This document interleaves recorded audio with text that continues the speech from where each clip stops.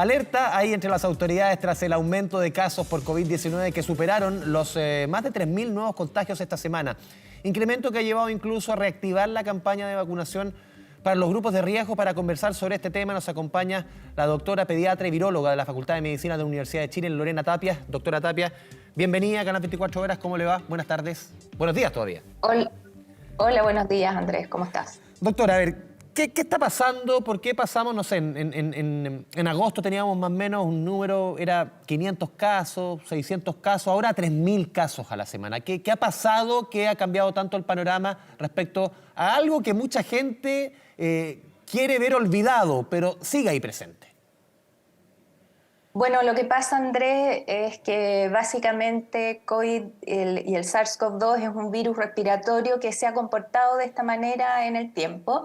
Aparece circulando y encontrando a pacientes susceptibles o más susceptibles que otros de enfermarse, de infectarse y de enfermarse, y se van produciendo estos brotes que, bueno, en un inicio fueron brotes bien importantes con una gran cantidad de casos y que ahora con una comunidad más, primero vacunada, ¿cierto? Y una población que ha tenido también contacto en su gran mayoría, aparece con un número de casos afortunadamente menor que otras veces, pero sí, y se va a seguir manteniendo así probablemente, con un número que va a ir aumentando y disminuyendo en el tiempo.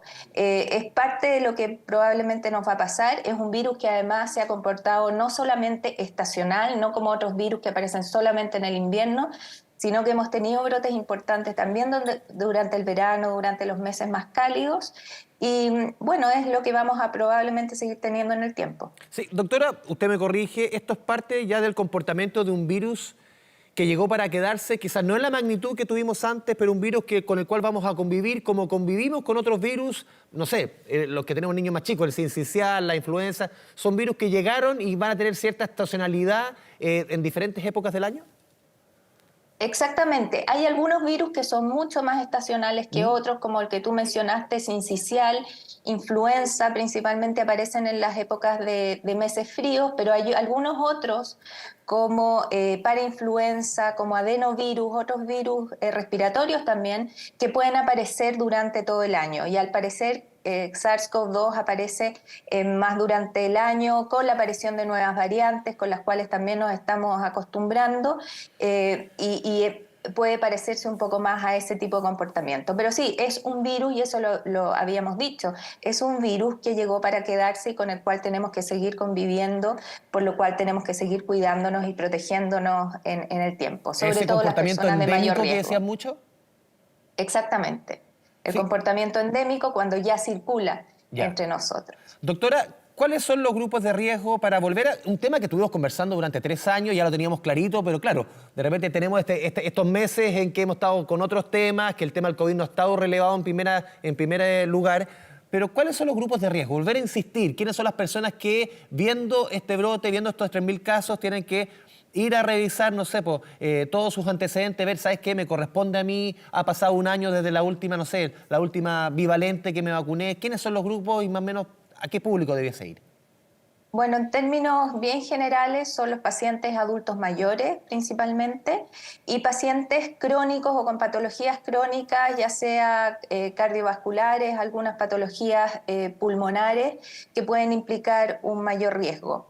Eso diría yo que son los pacientes que tienen que tener un calendario de vacunación lo más actualizado posible, idealmente utilizando también vacunas que cubran con las nuevas variantes, no quedarse con las vacunas anteriores y manteniendo su calendario, al igual como lo hacemos con influenza y con algunos otros virus en niños, mantener sus calendarios de vacunación al día.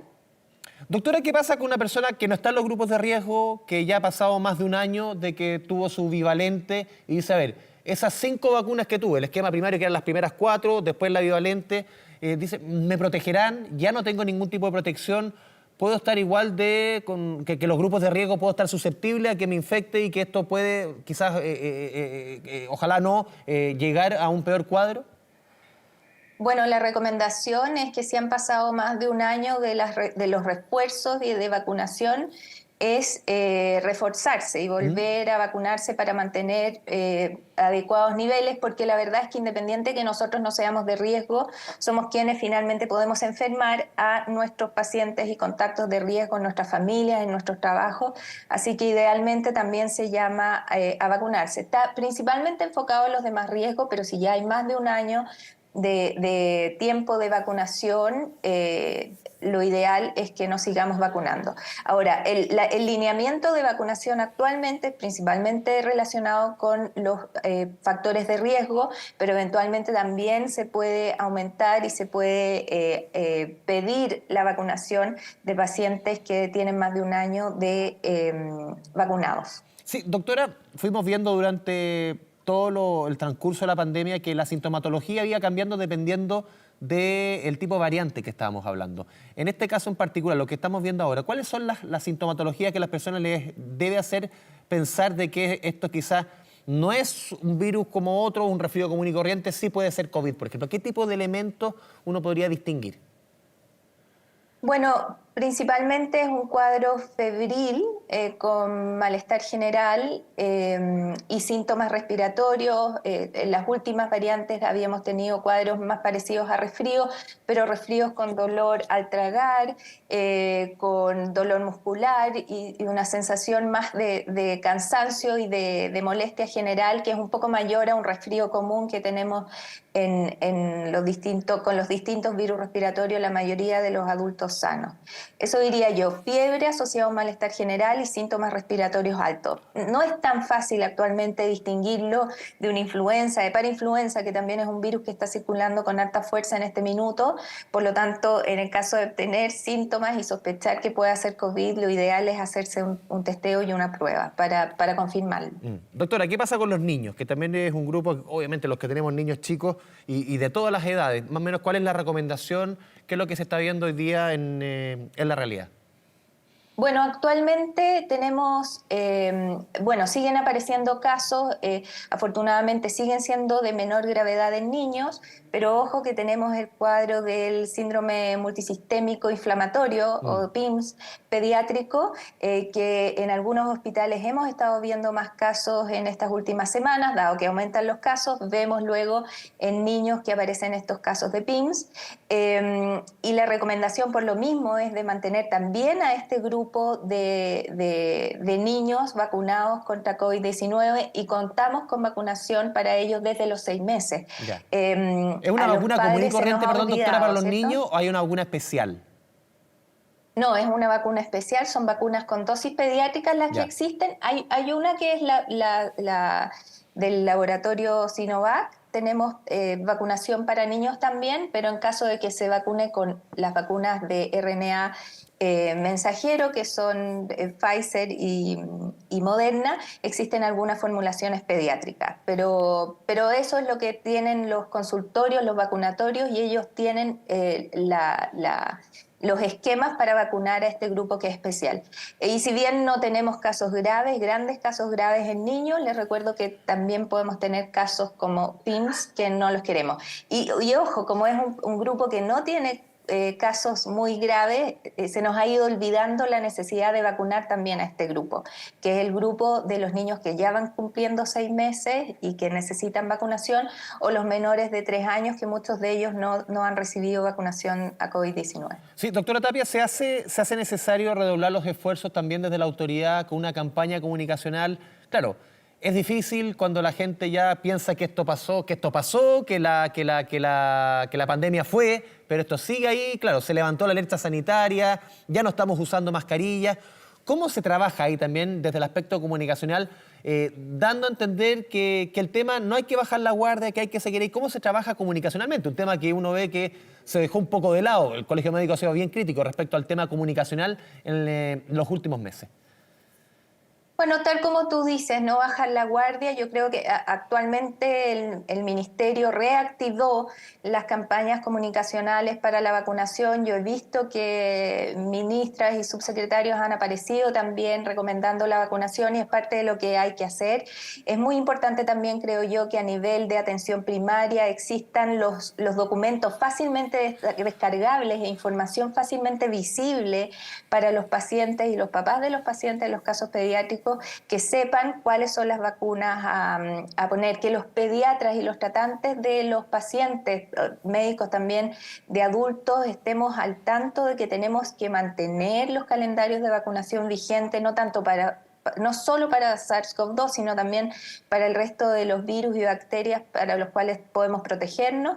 Y efectivamente, no bajar la guardia ni para este ni para otros virus. Es muy importante para los casos que tuvimos en el invierno pasado, una gran cantidad de casos de virus respiratorios, de influenza.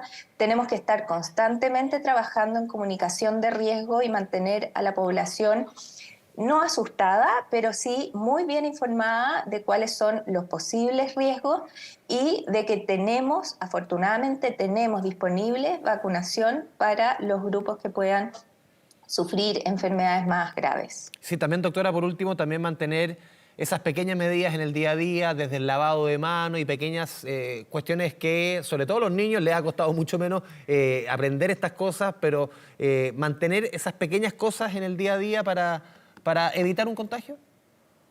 Exactamente. Primero, bueno, recordar todo lo que nos sirvieron esas medidas, sobre todo los primeros años de pandemia, y que son medidas que no solo nos sirven para virus respiratorios, sino para otros virus, incluso virus digestivos, otros virus respiratorios que pueden infectarnos. Así que de todas maneras es muy importante también cubrirse con mascarilla en caso de uno estar sintomático, de manera de no contagiar al otro. Yo creo que esa es una medida que ojalá no se nos olvide para el resto del tiempo, porque si estamos con síntomas respiratorios y nos subimos al metro, por ejemplo, a buses, vamos a poder contagiar al resto si es que no usamos medidas nosotros de protección. En caso de asistir o de ir a consultas médicas con síntomas respiratorios, ideal ir también cubierto, porque en esos sitios, en esos lugares hay personas de riesgo a las cuales nosotros podemos enfermar. Así que lavado de manos frecuente, no concurrir, no ir a lugares con muchas personas si es que nosotros estamos con síntomas respiratorios, etcétera. Yo creo que